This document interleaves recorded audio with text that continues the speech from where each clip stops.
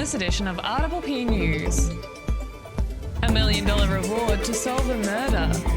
The Peninsula's shocking gambling numbers. And the Ballet is coming to town.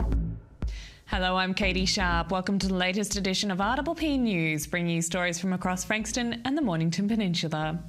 Homicide Squad detectives have announced a $1 million reward for information in relation to the death of Michelle Brown, whose body was found behind a gun shop in Frankston in 1992. 25-year-old Michelle was last seen walking away from the Food Plus store in Frankston Dandenong Road at around 7 p.m. on Sunday the 1st of March in 1992. A witness who lived near Plain Street reported hearing two screams shortly after 9 p.m. Michelle's body was found 2 weeks later in an old shed at the rear of Miles Gun Shop on Plain Street. Police have now announced a reward of up to $1 million for information leading to the apprehension and conviction of the people responsible for her death. They are especially keen to speak to anyone who saw a female fitting Michelle's description in or around the public telephone box at the Frankston railway station between 8 and 9 p.m. that night. Anyone with information relating to Michelle's murder is urged to contact Crime Stoppers. Community group Peninsula Voice gathered a panel and an audience of over 300 concerned people this week to discuss the issue of homelessness on the Mornington Peninsula. Agencies estimate up to 1,000 rough sleepers at the southern end of the peninsula, and families are being priced out of the area. Peter Orton spoke to RPP this week, urging residents to focus their priorities. Is this a community where people live, or is this a community where people are just providing services for another group of people or another community?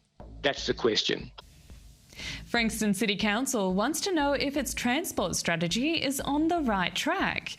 Last year, the council asked its residents for feedback and ideas to help build their transport strategy as the city continues to grow.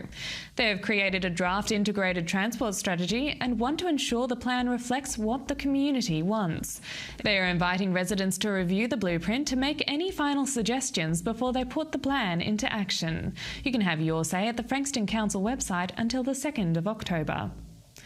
A shocking new report has revealed that Peninsula gamblers lost $45 million to poker machines in the past 6 months.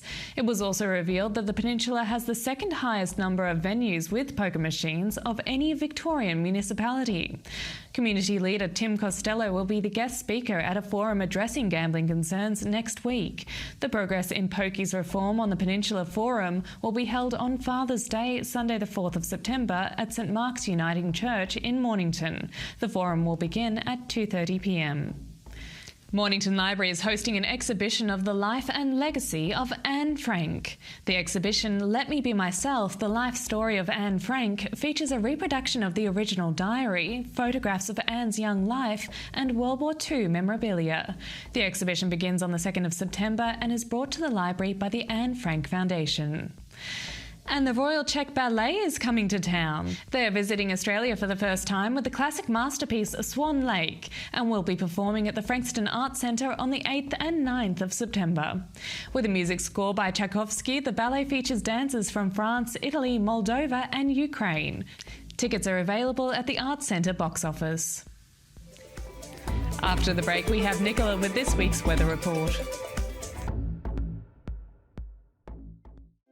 Everyone knows Australia has 4 big banks, but the 5th biggest retail bank is snapping at their heels.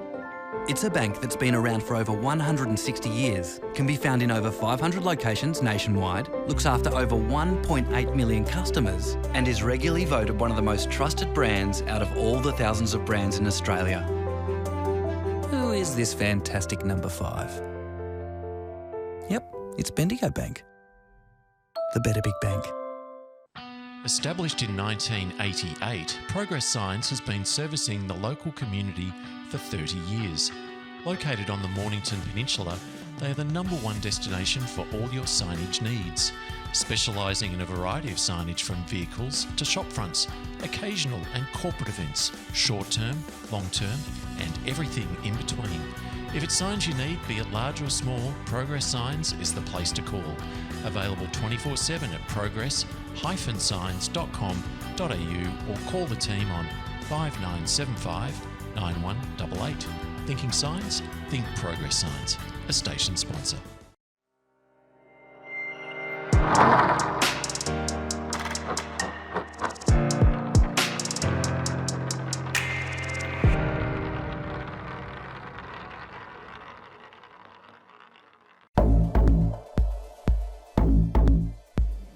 Hello, it's Nicola here with this week's RPP Weekly Weather Update. Well, there were no great surprises this week, just past. However, we are now moving into that in-between season where it will start being warmer during the day, but still chilly in the evenings. Also, our daylight hours are starting to grow longer. Let's see how the week ahead is going to pan out. Sunday, the 28th of August, will be another mostly sunny day with a high of 18 and a low of 8. Monday sees a partially cloudy day with the return of the rain. Sadly, this will become the pattern for the rest of the week. Expect a high of 18 and a low of 8. Tuesday also sees an overcast day with patches of rain across the peninsula. We should reach a top of 13 and a low of 8. Wednesday, the 31st of August, sees more rain and a cold front moving over the peninsula during the day. We can expect a high of 15 and a low of 6. Thursday, the 1st of September, sees a 50% chance of rain over the peninsula. Expect a low of 8 and a top of 14. Friday sees the rain easing further and we can even expect some sunny patches throughout the day. We are looking at a high of 13 and a low of 6. And finally, Saturday sees the overcast clouds continue to bring us rain with a high of 12 and a low of 5. Well, that's all for this week. Try to stay warm and dry and I will see you again next week. And now to our surf guru Muzz with the Surf Report. It's Muzz here with this week's Mornington Peninsula Surf Report. We did finally get some decent waves. On Wednesday especially, we had probably the best swell and offshore conditions in Western Port we've had since probably June, so which was good. And there's been waves off and on, although we've been plagued again by these onshores. Next week coming, the swell's going to maintain through probably Friday, Saturday, Sunday, then back off a bit Sunday. Wind's going to start swinging back to the north. Looks like maybe Saturday, definitely Sunday. Then Monday into Tuesday we should get another swell, another big push is swell. And the wind should be back to that west-northwest quarter again, hopefully, and that should maintain for a couple of days. So not a bad week of waves in front of us. Still a few onshores, and you know, it should be a mixed bag on Saturday, Sunday, maybe even some solid beach breaks on Sunday because the swell will back off a little bit before it comes back up Monday and Tuesday. So hopefully get in the water. Water's still cold, a long way to go. Last week of winter to enjoy. See you next week. And that's all from our team here at RPP News, serving the community with stories that matter to you. Keep watching and do tell your friends. Bringing you the news from coast to coast across Frankston and the Mornington Peninsula, I'm Catie Sharp. See you for the next edition.